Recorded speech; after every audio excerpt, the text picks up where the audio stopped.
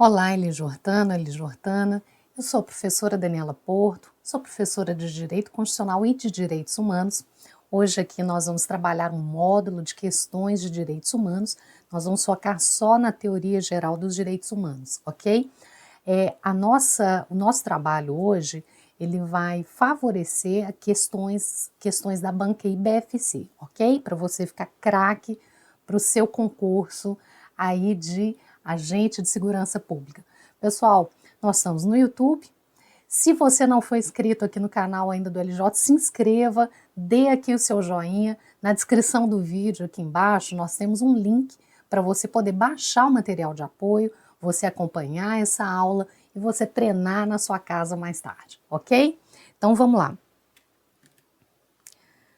Pessoal, eu tenho aí um Instagram, sigam-me lá no Instagram, lá eu dou dicas de direito constitucional, de direitos humanos. Vamos começar falando dos direitos humanos. O que são direitos humanos? Os direitos humanos, eles são aqueles direitos que são essenciais para que a pessoa tenha uma vida digna, ok?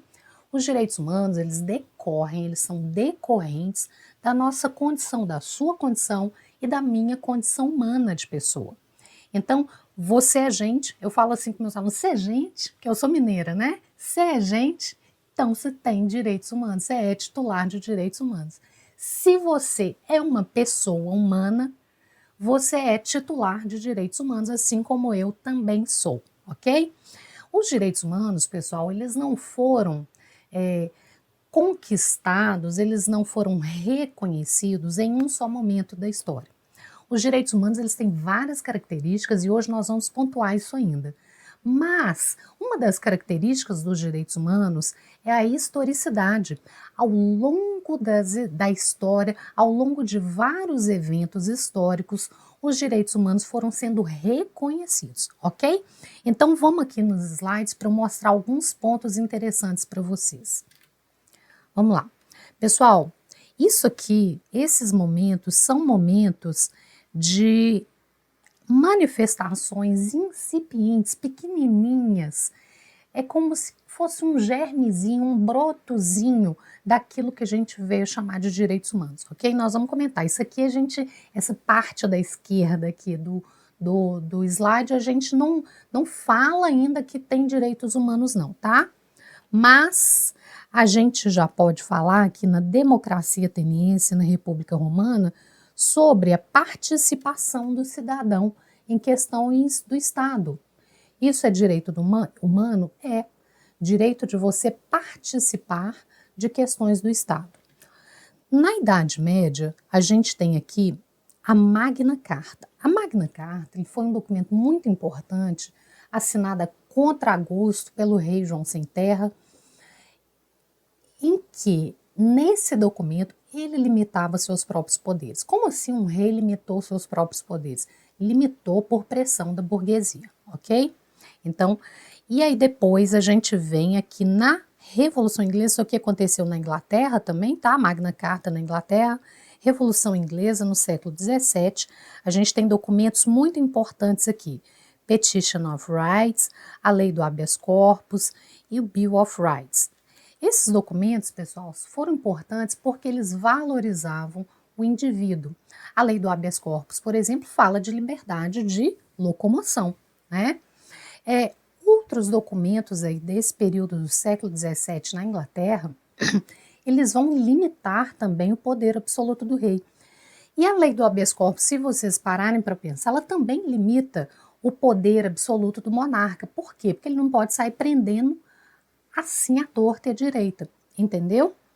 Então a gente já tem alguns indícios de que durante essa evolução histórica os direitos humanos já seriam começados, já tinha uma ideia começando a ser reconhecida do que era direito humano, ok?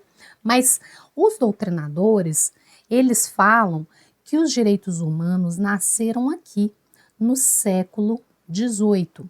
A maioria dos doutrinadores fala isso, tá, pessoal? Que os direitos humanos, na verdade, nasceram no século XVIII. E aí, com esses documentos importantes que vocês viram aí. o documento da Independência Americana e da Revolução Francesa. Tem um outro documento, que é a Carta ao Bom Povo da Virgínia, que também é um documento muito importante, que ele também é de 1776 e também é um documento lá dos Estados Unidos, ok? Então, para a maioria dos doutrinadores, os direitos humanos, eles surgiram, eles nasceram, começaram a ser reconhecidos como direitos humanos no século XVIII, a partir desses eventos, Revolução Francesa e Independência Americana, ok? Belezinha? Já no século XX, pessoal, a gente tem reconhecimento dos direitos humanos de caráter econômico e social. Com aí esses eventos, esses documentos importantes, a Constituição Mexicana de 1917 e a Constituição de Weimar de 1919. O que são esses direitos econômicos e sociais, de caráter econômico e social? São direitos que vão falar do direito do trabalhador, direito à educação, direito à alimentação, direito à saúde, ok? Então a gente tem no início ali uma prevalência da ideia de liberdade. Lembra a Independência Americana, a Revolução Francesa? A gente tem uma ideia de que os direitos humanos estão associados com a liberdade. Nesse segundo momento, a gente tem uma ideia de que os direitos humanos estão associados com a igualdade, mas não aquela igualdade que já se dizia antes, de todos são iguais perante a lei, mas uma igualdade material. Por quê? Porque se eu não tenho condições de me alimentar, se eu não tenho condições de ter saúde, se eu não tenho educação suficiente, como que eu vou garantir meu direito de participação nas decisões do Estado? Para que me serve isso, né? Então, os doutrinadores, eles foram vendo que só essa ideia de liberdade ela era insuficiente, ok? Existe um pensador que ele tem uma frase que eu gosto dela demais da conta. Ele chama Lacordaire. Lacordaire, ele falava o seguinte: entre o fraco e o forte, a liberdade oprime, mas a lei liberta. Por quê? Porque se você tem uma pessoa numa condição de fraqueza, o que a gente chama de hipossuficiência hoje no direito, e uma pessoa numa situação de força, se não tiver lei, isso é imaginação sua, porque vai prevalecer a lei do mais forte, certo? Então, por isso que ele falava, entre o fraco e o forte, a liberdade oprime. Porque se você tem liberdade para fazer qualquer coisa, essa liberdade oprime. Mas, se houver um aparato legal para defender o fraco, a lei liberta. Entenderam, pessoal?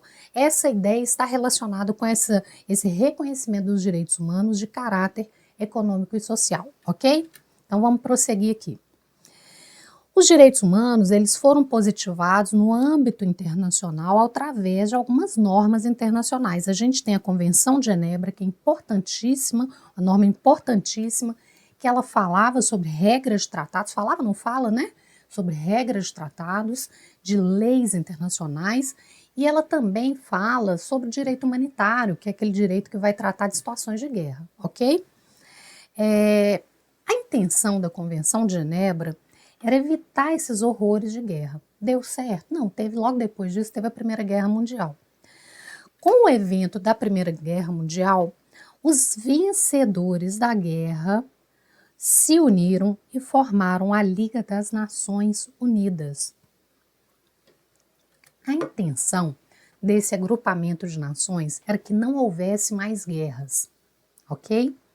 Deu certo, pessoal? Não. Logo depois que foi feita a Liga das Nações Unidas, em 1919, pouco tempo depois, estoura a Segunda Grande Guerra. Então, não deu certo, né? Mais para frente, a gente vê que em 1919, a Organização Internacional do Trabalho, a famosa OIT. Pessoal, a Organização Internacional do Trabalho, ela surge naquele momento histórico ali de Revolução Industrial, onde havia muita exploração de trabalhadores trabalhando assim 12, 15, 16 horas por dia, crianças trabalhando em condições muito degradantes. Então, surgiu a Organização Internacional do Trabalho. A pessoa vai trabalhar, isso é ótimo para a pessoa trabalhar, mas ela não pode ficar trabalhando em condições degradantes, em condições que a diminuam enquanto pessoa. ok? Então, por isso que surgiu a OIT. E a gente tem um momento importantíssimo, que é a positivação dos direitos humanos em si, a partir da criação da ONU, em 1945, e de um documento que é um dos mais importantes nos estudos de direitos humanos, que é a Declaração Universal dos Direitos Humanos. A Declaração Universal dos Direitos Humanos é um documento da ONU, ok? E ela foi feita em 1948 com a intenção de promover direitos humanos e resguardar direitos humanos em todo o planeta Terra, ok? Então vamos lá, pessoal. Vamos fazer uma questãozinha aqui. Nós vamos intercalando essa aula, nós vamos intercalando um pouquinho de teoria e um pouquinho de exercício, beleza? Vamos partir para um exercício que vai falar disso aqui que a gente já tratou, ok? Então vamos lá. A respeito dos marcos históricos, fundamentos e princípios dos direitos humanos, assinale a opção correta. Nós queremos a correta, hein, pessoal? Segundo a doutrina contemporânea, direitos humanos, direitos fundamentais são indistinguíveis. Por isso, ambas as terminologias são intercambiáveis no ordenamento jurídico. Isso aqui está errado, viu, pessoal? Deixa eu explicar para vocês. A expressão direitos humanos, ela normalmente está relacionada com a norma internacional. A norma internacional é aquela norma do direito internacional que é uma norma para todos os países, não é norma estrangeira, não. A norma lá do Peru, dos Estados Unidos, é norma estrangeira. A norma de direito internacional é uma norma que é para todos os países, ok? Então, os direitos humanos positivados dentro do direito internacional são chamados direitos humanos. Quando você fala de direitos humanos no nosso ordenamento jurídico brasileiro, no nosso ordenamento jurídico interno, ou quando você vai falar de direitos humanos no ordenamento jurídico interno de outros países, você vai falar de direitos fundamentais. Então, os direitos fundamentais são os direitos humanos, mas eles são positivados internamente, ok? Então, tem diferença sim. Então, letra A está errada. Letra B. Em razão do princípio da imutabilidade, os direitos humanos reconhecidos na Revolução Francesa permanecem os mesmos ainda na atualidade. Isso aqui está errado, pessoal. Por quê?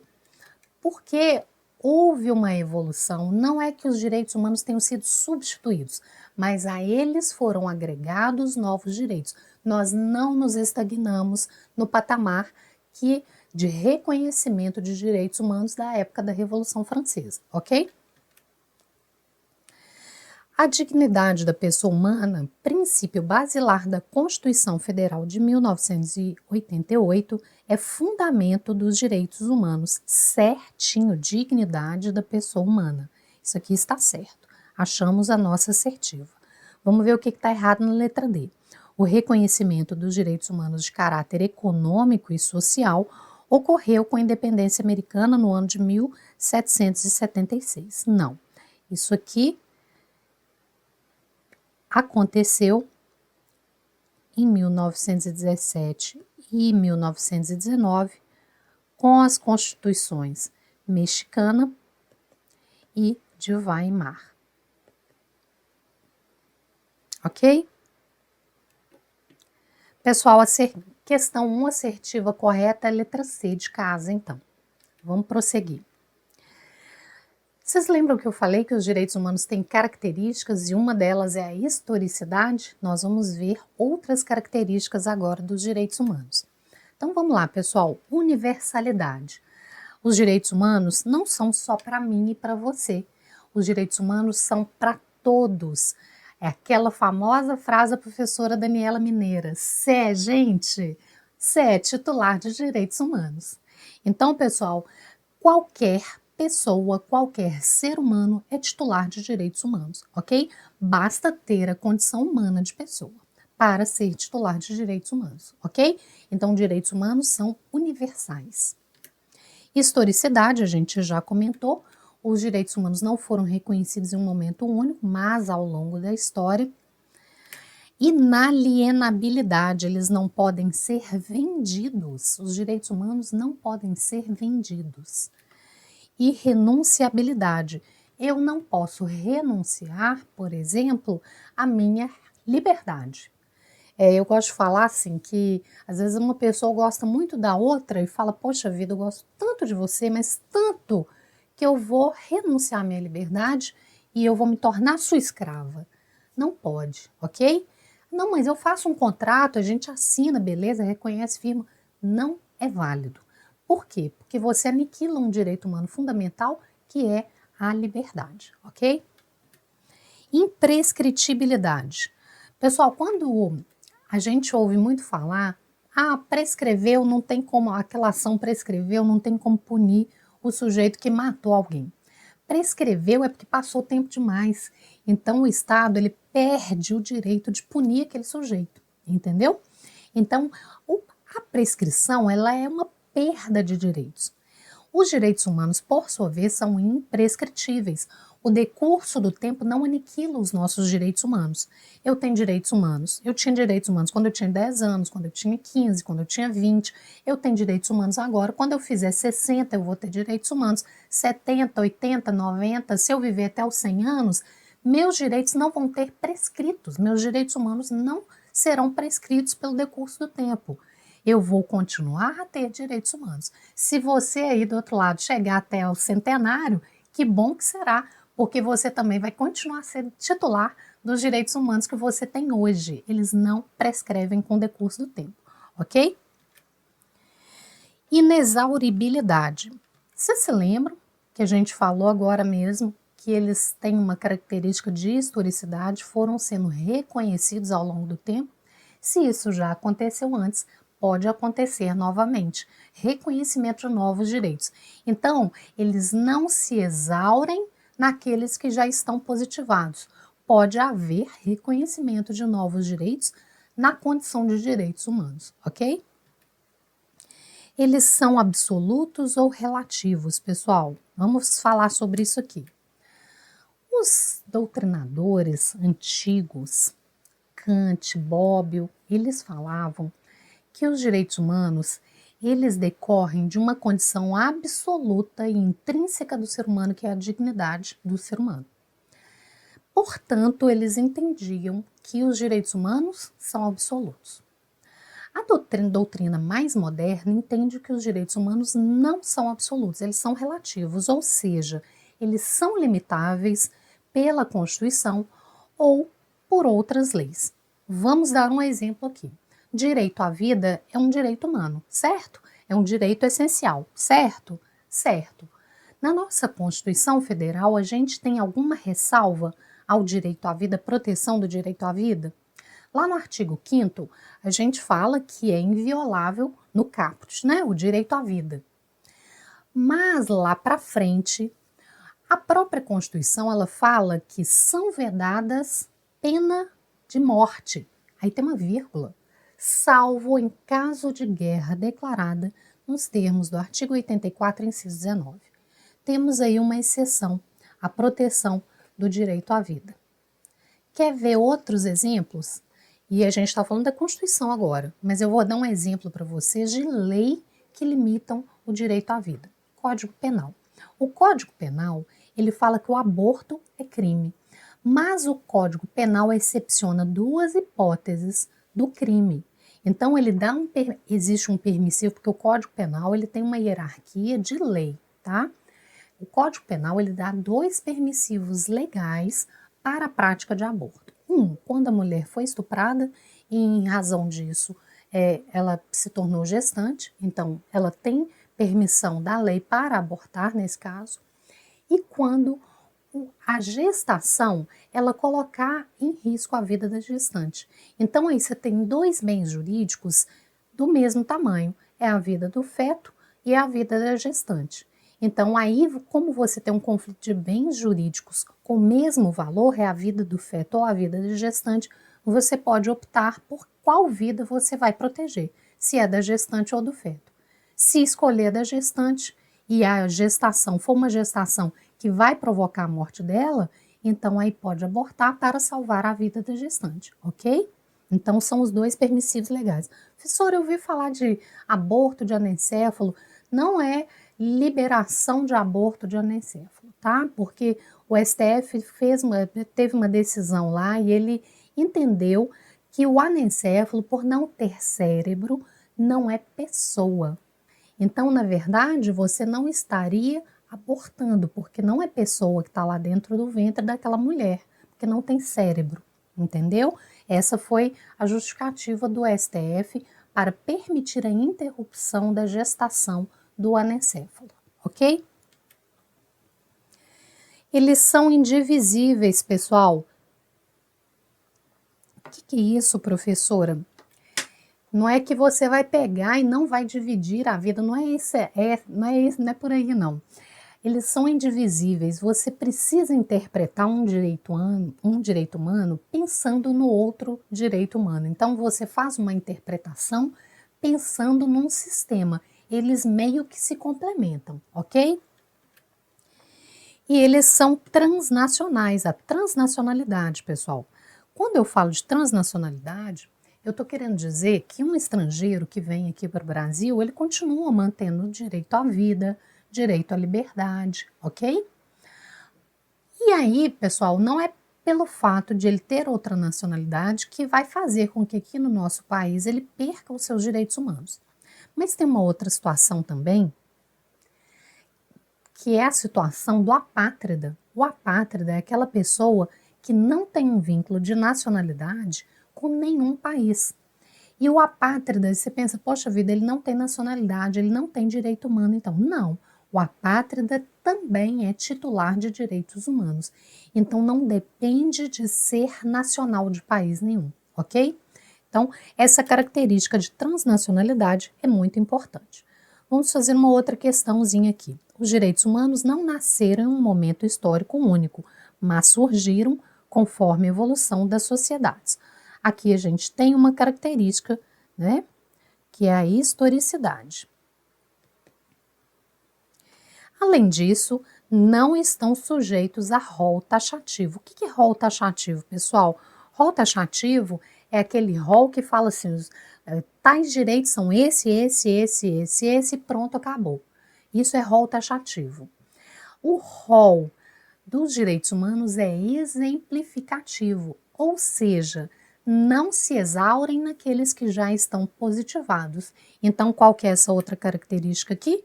Inexauribilidade. Ficou fácil agora, né, pessoal?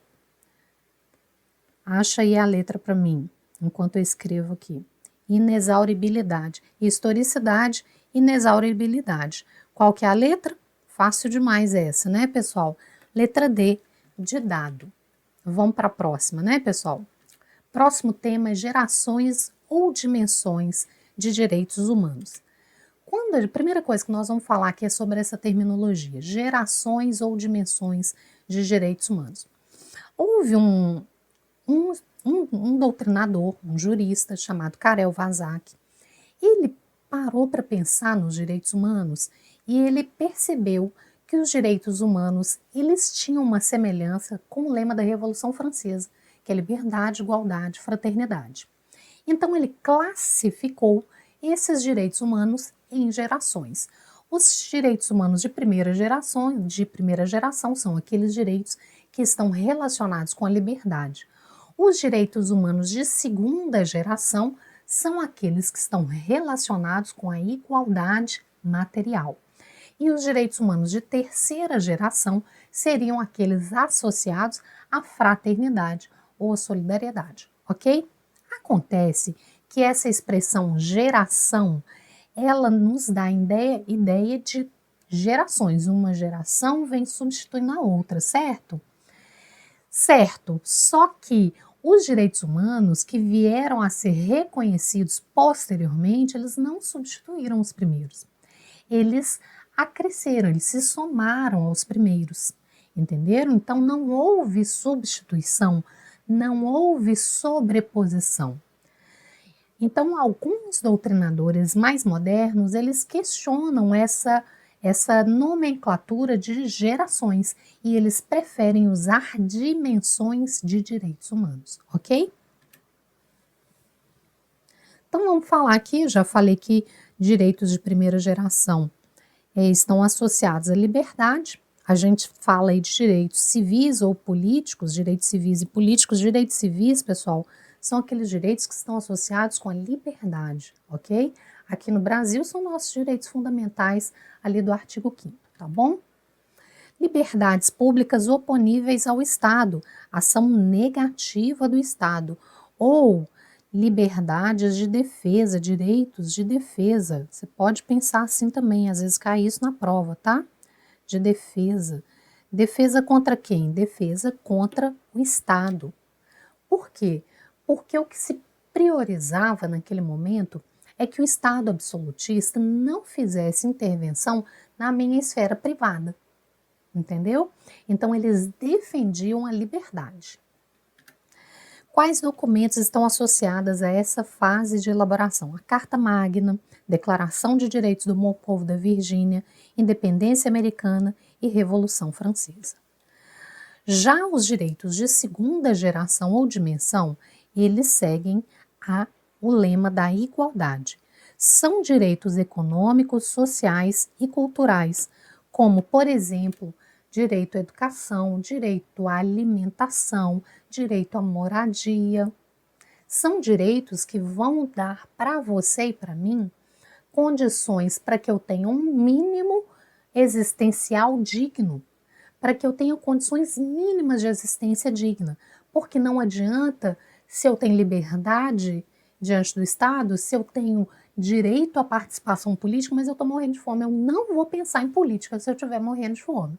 Eu só vou pensar em suprir a minha fome. Então, os historiadores, eles foram vendo que só resguardar os direitos de liberdade não eram suficientes. E não eram suficientes. Então, foram reconhecidos esses direitos humanos de segunda geração ou dimensão, ok? Ao contrário dos direitos humanos de primeira geração, que você fala, fique aí, Estado, não entra na minha esfera privada, se abstenha de agir na minha esfera privada, os de segunda dimensão falam, Estado, haja. Então, enquanto os primeiros, eles falam, Estado, se abstenha de agir, os de segunda dimensão falam, Estado, haja, me dê algo, tá? Quais documentos estão associados? A gente até já comentou, Constituição Mexicana e Constituição de Weimar, ok? Os direitos humanos de terceira dimensão ou geração são os direitos associados à fraternidade ou solidariedade, direitos de todos os indivíduos, direitos da coletividade. Se aparecer na sua prova direitos transindividuais, está certo também, tá? Então, um exemplo, defesa do meio ambiente sustentável, direitos do consumidor. Como assim, professora, esse negócio de fraternidade? Vamos pensar no direito ao meio ambiente sustentável. Eu tenho direito a viver num meio ambiente ecologicamente equilibrado. Você também tem esse direito. Então, nós vamos usar o meio ambiente de forma sustentável, de forma que a gente não acabe com tudo, mas que as próximas gerações que virão ainda possam usar, utilizar, aproveitar um meio ambiente ecologicamente equilibrado, ok? Então, pessoal, existe uma solidariedade, uma fraternidade intergeracional. A nossa geração se preocupa com as gerações que virão depois, ok? Os nossos filhos, os nossos netos, os nossos bisnetos. Quais documentos a gente pode falar que estão associados a essa fase de elaboração dos direitos humanos? A Declaração Universal dos Direitos Humanos, de 1948, no artigo 1º fala: todos os seres humanos nascem livres e iguais em dignidade e em direitos, são dotados de razão e consciência e devem agir uns para com os outros em espírito de fraternidade, ok? Então, a gente pode exemplificar aí. Pessoal, além dessa classificação tradicional do Karel-Vazak, existem novas classificações de gerações de direitos que foram feitas a partir de doutrinadores mais modernos. Só que quarta e quinta geração não tem unanimidade na doutrina. Então, um doutrinador fala uma coisa, outro doutrinador fala outra coisa. Um doutrinador fala uma coisa, outro doutrinador fala outra coisa. Vamos ver aqui, porque pode cair na sua prova, ok?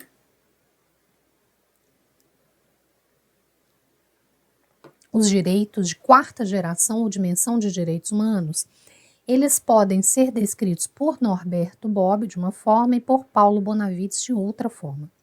Para Norberto Bobbio, os direitos de quarta geração estão relacionados com a manipulação, pesquisas biológicas, manipulação do patrimônio genético, e um exemplo disso é a Lei de Biossegurança.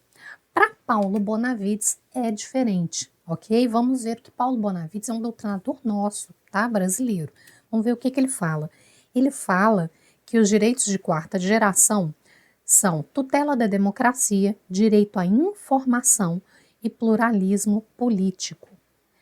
Na quinta geração ou dimensão de direitos, que também não há consenso na doutrina, a gente tem Paulo Bonavides falando aí de direito à paz. Vamos ver aqui, ó, Paulo Bonavides fala de direito à paz. E outros doutrinadores, eles falam que são direitos envolvidos com a evolução cibernética e tecnologias como realidade virtual e internet, ok? Então, para vocês verem, não há consenso na doutrina, mas é importante vocês saberem disso porque já caiu na prova. E nós vamos fazer uma questãozinha disso. Vamos lá? Olha aí, ó, foi em 2018, a banca IBFC cobrou. Os direitos fundamentais e sua evolução ao longo da história podem ser divididos em gerações ou dimensões. Assinale a alternativa incorreta, queremos a errada, ok? Primeira geração ou dimensão está ligada às liberdades negativas clássicas, até aqui tá certo, que enfatizam o princípio da liberdade, certo? Configurando os direitos civis e políticos, certo? Surgiram nos finais do século XI? Não. E representavam uma resposta do Estado liberal ou absolutista.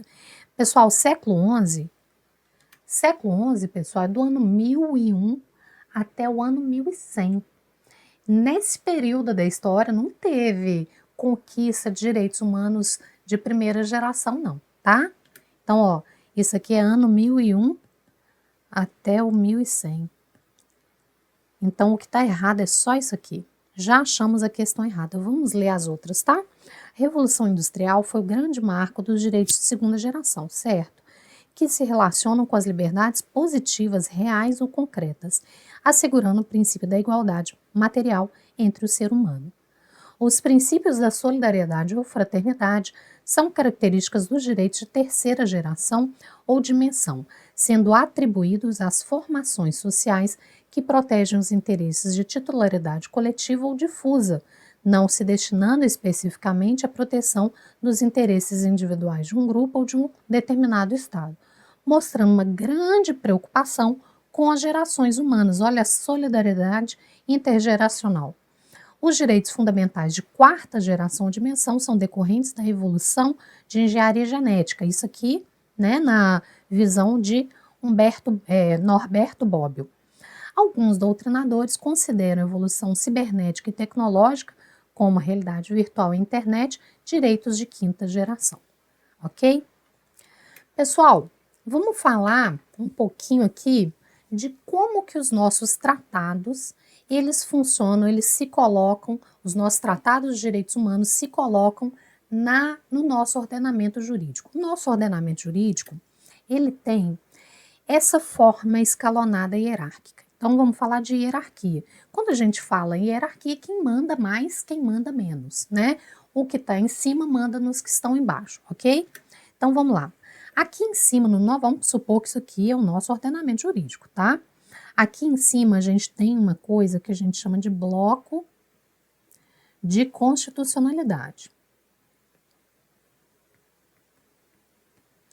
Aqui a gente tem normas supralegais.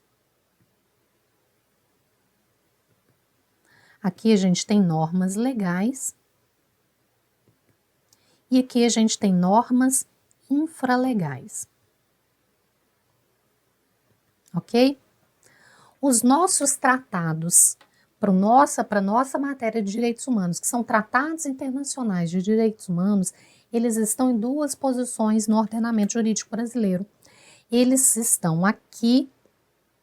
Então, aqui a gente tem tratados internacionais de direitos humanos e aqui também a gente tem tratados internacionais de direitos humanos, ok?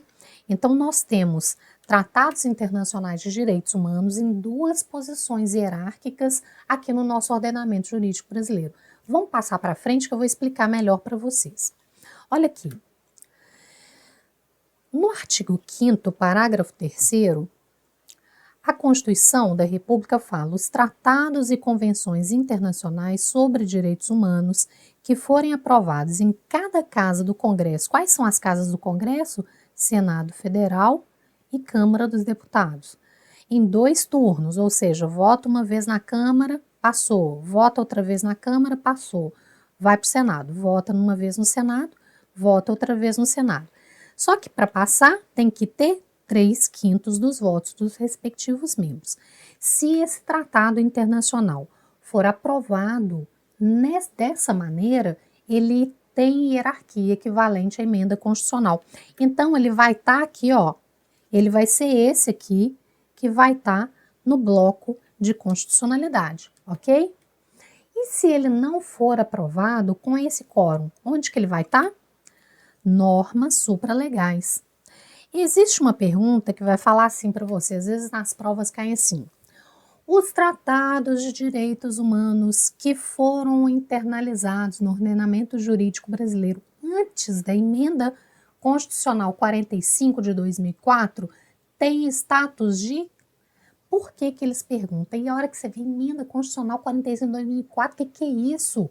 A emenda constitucional número 45, que foi a que alterou a Constituição no ano de 2004, ela inseriu esse parágrafo 3º que nós vimos aí. Então, se esse parágrafo 3º não existia antes, todos os tratados de direitos humanos que foram admitidos aqui no Brasil antes de existir esse parágrafo 3º, eles não têm como ter tido essa votação para ter status de emenda constitucional. Então, como eles são muito importantes, o STF deu uma decisão e disse que eles até são infraconstitucionais. Eles são hierarquicamente inferiores à Constituição, mas eles estão acima das normas legais, ok? Então, a gente tem os que não passaram pelo rito do parágrafo 3º, que a gente tem os que passaram pelo rito do parágrafo 3º, e aqui os que não passaram pelo rito do parágrafo 3º, ok?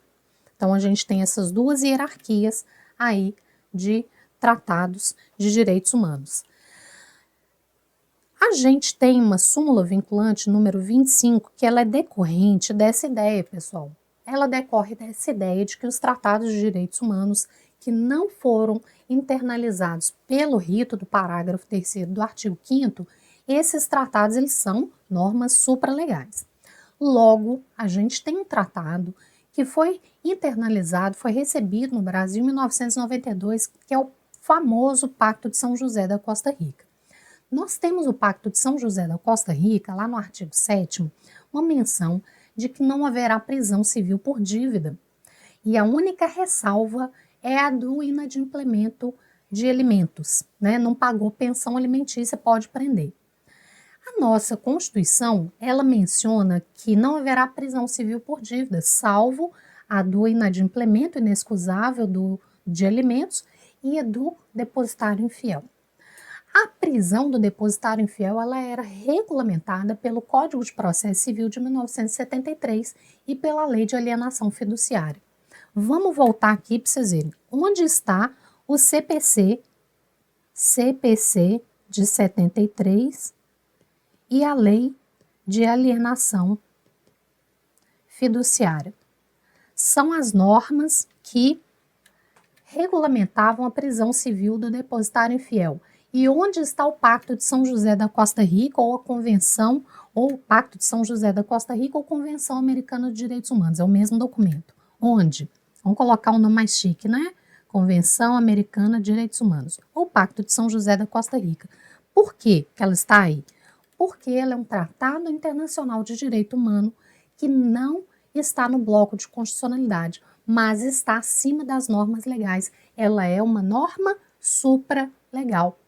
Logo, ela é hierarquicamente superior ao CPC de 73 e à Lei de Alienação Fiduciária. Se ela é superior, ela pode cancelar aquele dispositivo que é contrário a ela. Ela invalida, ok? Então, não existe hoje, o STF entende que não existe hoje no Brasil nenhum regramento válido para prisão civil do depositário infiel. Por isso que aqui no Brasil a gente só tem prisão civil por dívida da pessoa que está inadimplente com alimentos, ok?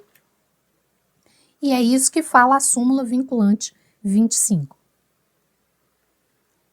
Vamos fazer aí uma questãozinha então.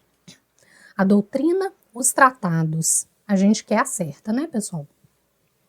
A doutrina, os tratados internacionais, as recomendações e os documentos internacionais e a Carta Constitucional da República utilizam as terminologias direitos do homem, direitos fundamentais e direitos humanos como sinônimos indistintamente. A gente já viu que isso está errado.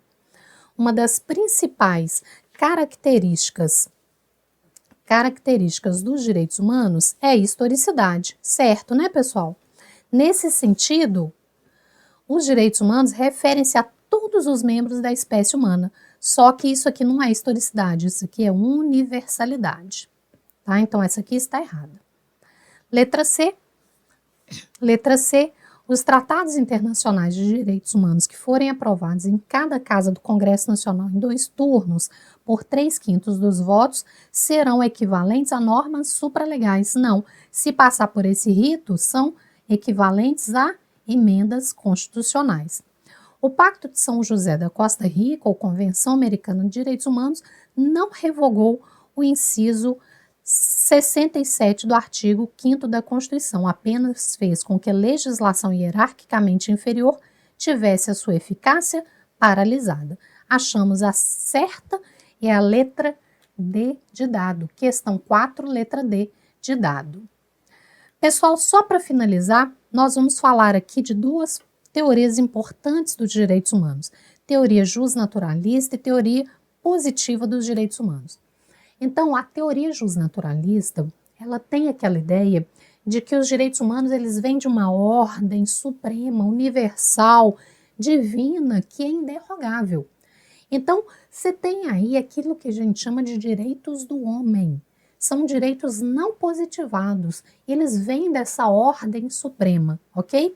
Essa é a teoria justnaturalista. É a teoria que evoca a ideia de direito natural. O direito natural do homem porque decorre de Deus, tá? E a outra teoria, a teoria positiva dos direitos humanos, ela fala que, na verdade, não é isso. Os direitos humanos, eles foram reconhecidos. Os direitos humanos, eles são uma criação de um povo que soberanamente escolheu reconhecer aqueles direitos como direitos humanos, ok? Então, vamos fazer uma questãozinha para a gente finalizar a nossa aula. Trata-se, atente ao enunciado, trata-se de uma teoria amplamente difundida na doutrina e na prática dos direitos humanos e fundamenta tais direitos em uma ordem superior, universal, imutável e inderrogável. Qual que é essa teoria? A gente acabou de ver, é a justnaturalista. Agradeço a companhia de vocês. Pessoal, espero vocês nas próximas aulas aqui no YouTube. Se você ainda não deu o seu like, deixa aí seu joinha, se inscreva no canal e até a próxima, pessoal. Espero que vocês façam boa prova.